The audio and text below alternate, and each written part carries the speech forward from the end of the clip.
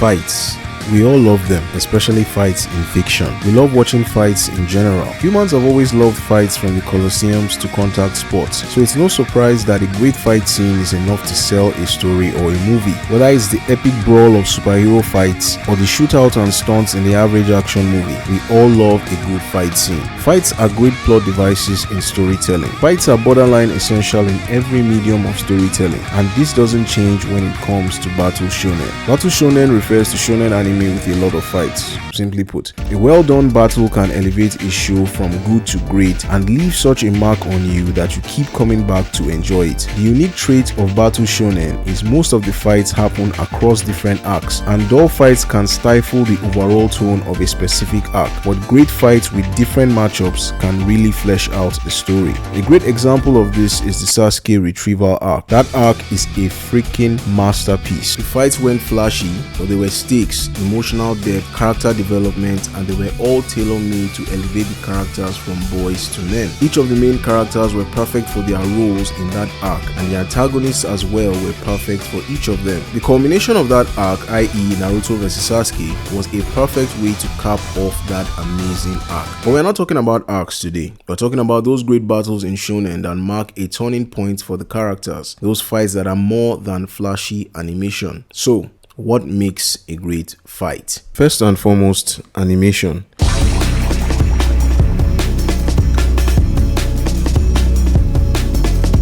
The animation in fight scenes are what sells the fight, even if the fight serves no narrative purpose. If the animation is good, the fight scene has a better chance of leaving a mark on you. A well-done fight cannot reach its full potential with bad animation. There is a reason One Piece upped the ante with the Wano arc. They knew they couldn't use the same stale animation they've been using post-time skip. The animation for One Piece went from like a 6 to an 8 or even a 9 with the Wano arc and even the newer episodes.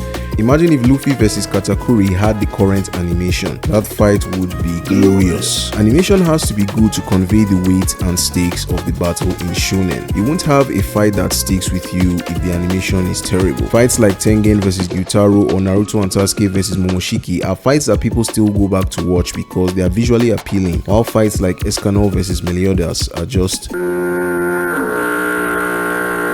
One of the elements of a great fight are the stakes. In other words, why are they fighting? What are the motivations of the characters and the consequences of the battle? The stakes are what separates fights like Gojo vs Jogo from fights like Ichigo vs Aizen. High stakes create a sense of urgency and danger. Stakes reveal the core values and motivations of the characters. What are they willing to risk? What do they prioritize? The fight becomes a test of their character as much as their strength. Fights with high stakes often serve as pivotal moments in the story. A great example of this is Goku vs Freiza.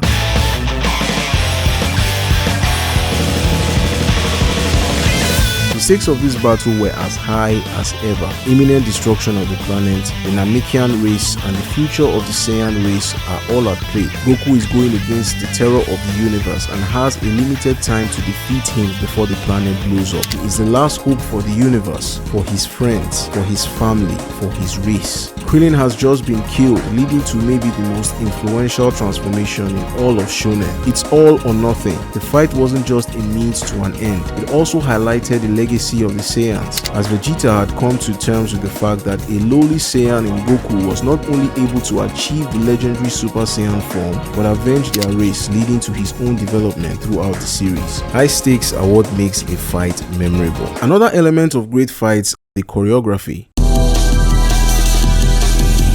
How the fight happens. It's not just in hand-to-hand combat, superpowers or techniques. It includes weapons and even the location when it comes to fighting. When done well, it elevates a fight from a simple exchange of blows to a dynamic and visually captivating showcase. The choreography of a fight goes beyond visual spectacle. It also tells you a lot about the characters. Naruto has great examples of this with Obito vs Kakashi, Itachi vs Sasuke, and the final battle between Naruto vs Sasuke Sasuke. From the very first punch of this fight, the journey of both characters can be felt. A great fight knows how to utilize choreography in the fight. Great choreography shows characters actively thinking and adapting. The joy of watching great fights is the strategy of its characters. This is something that Jujutsu Kaisen does so well. The fights are as strategic as they are compelling. The skill of the sorcerer can be undermined by strategy. Fights with great choreography integrates the environment into the fight. How characters utilize the terrain to their advantage makes the fight better. One of my favorite action stars growing up was Jackie Chan, and that was because he used the environment in his fight scenes. No matter where he was, he'd find a way to use the environment or objects around and incorporate that into his fight scenes, probably why they were so entertaining. The backdrop of the fight also sets the tone and is almost like its own character in the series. A great fight that illustrates this is Yuji vs Choso. Now, the bathroom isn't quite ideal, but the bathroom plays a huge role in closing the gap between Yuji and Choso because of his blood technique. The fight is visceral, the fight is intense, and the characters use the bathroom to their advantage, making for a compelling fight that works with great choreography. Both of these characters are skilled hand-to-hand combatants, and the fight shows them in their element as they try to anticipate each other's moves. Great fights also promote character development. There is so much talk of character development in storytelling, and yes, even fights must show character development. The best fights show the growth and transformation of the characters, either internally or externally. Internal growth manifests in different ways. A character might face an opponent who directly exploits their insecurities or past trauma. Overcoming this opponent isn't just about winning, but conquering that internal hurdle. External growth comes in the form of learning new skills and adapting. The pressure of a difficult fight forces a character to think on their feet, discover hidden abilities, or develop new techniques and transformations. Most great fights incorporate these elements, leading to incredible developments in the series. There are a lot of types of fights across Battle Shonen, but I'll summarize them into two major types. And we begin with the spectacle. These are the fights that show off the power system of the series. They emphasize dynamic choreography, impressive visuals, new techniques, transformations, and the sheer coolness of the action. While character and plot are present, the main draw is the inventive display of powers and fighting prowess. These fights are mainly used to showcase the depth of power of the characters and the scale of their abilities in the series, hence the spectacle. They are used to deepen the world building, keep the audience engaged, and introduce new strategic possibilities. Great examples of these fights are Ichigo vs Byakuya, Saitama vs Boros, Gojo vs Jogo, and Naruto and Sasuke vs Momoshiki. These fights highlight the overall spectacle of the fight scenes of the series. A prime example of this is Madara vs the Allied forces.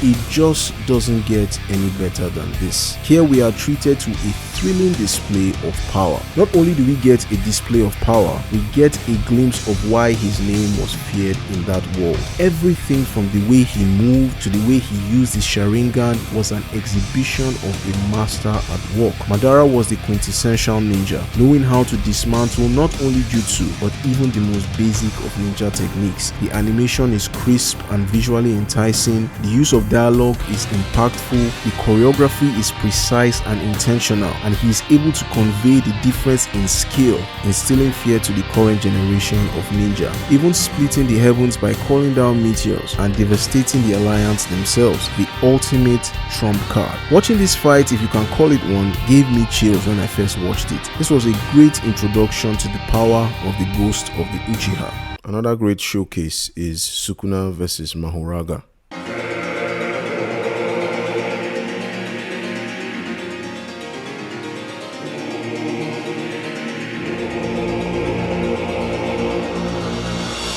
Sukuna vs Mahoraga was another great fight that showcased the spectacle of shonen fights. This fight was basically an unstoppable force versus an immovable object. Or is it an adaptable object? I don't know. I occasionally go back to this fight because it embodies the spectacle of a really well done fight. The fight is born out of Sukuna's need for Megumi in his plans. The animation is phenomenal. The choreography and the music cement that fight in the top tier of fights in Battle Shonen. This was a fight that showed the pure skill the series' antagonist. The ability to not only adapt but innovate with his skills was just pure hype. The scale, the use of the environment, the disregard for destruction, all encapsulated who Sukuna is as a character. It was a great way to show the increased strength of Sukuna in the series. As much as I love these fights, and Battle Shonen definitely needs them, I skew towards the second type of Battle Shonen fights, and that is the thematic. These fights prioritize emotional depth, character development, advancing the plot, and the exploration of themes or ideologies. While they still involve action, their core purpose is to tell a story about the characters involved, their growth, relationships, and the stakes of the conflict. They often involve internal struggles, clash of ideals, or significant revelations. A great example of this is Ichigo vs Ulquiorra.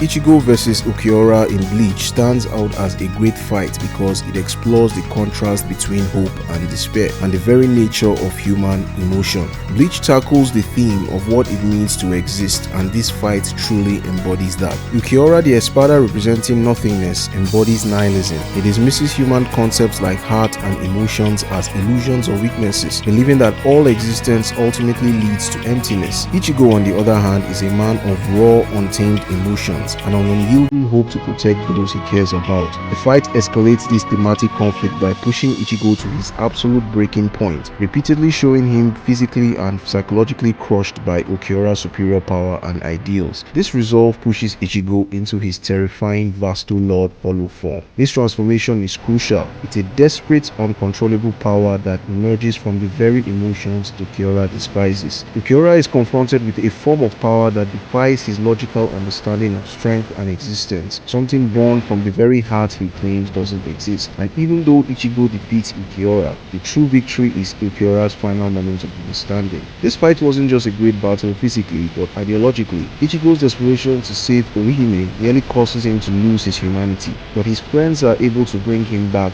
and he is able to show Ulquiorra that he had a heart in the end, something he came to understand. Another fight that does this extremely well is All Might vs All for One.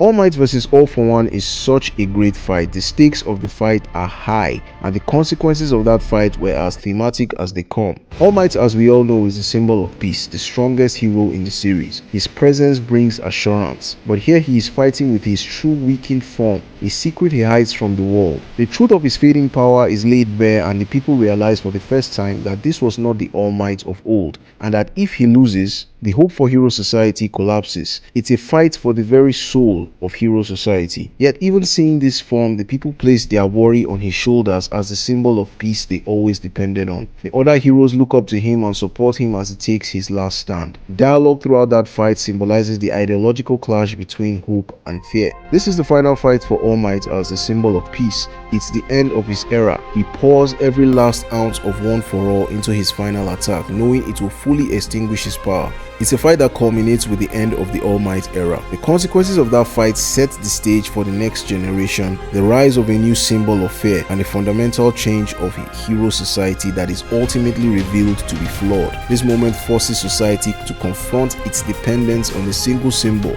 and adapt to a world where evil persists even after the symbol of peace is gone. Because even as a new generation of heroes emerge, a new generation of villains emerge as well. This fight beautifully sets up Deku's journey to become a different kind of hero, one who shares burdens rather than bearing them alone. I keep going back to this fight because it really highlights what it means to carry the burden of a hero, and it carries the theme of the series in the sense of what it means to be a hero. Great fights in Battle Shonen mostly mix them to be both visually immersive and devices for character development. They are more than visual spectacles of the genre, and a well-done fight can do a whole lot for the story instead of time-wasting exposition. Fights, when done well, can tell more about the characters than a whole lot of dialogue can do at times. Great fights can be used to advance the story, show off the details of the power system, reveal character backstories, and elevate the narrative. Sometimes words aren't enough, so you have to beat that ass. If you'd like to support the channel, my PayPal link is in the description. Don't forget to like and subscribe. I'll see you in the next one. Peace.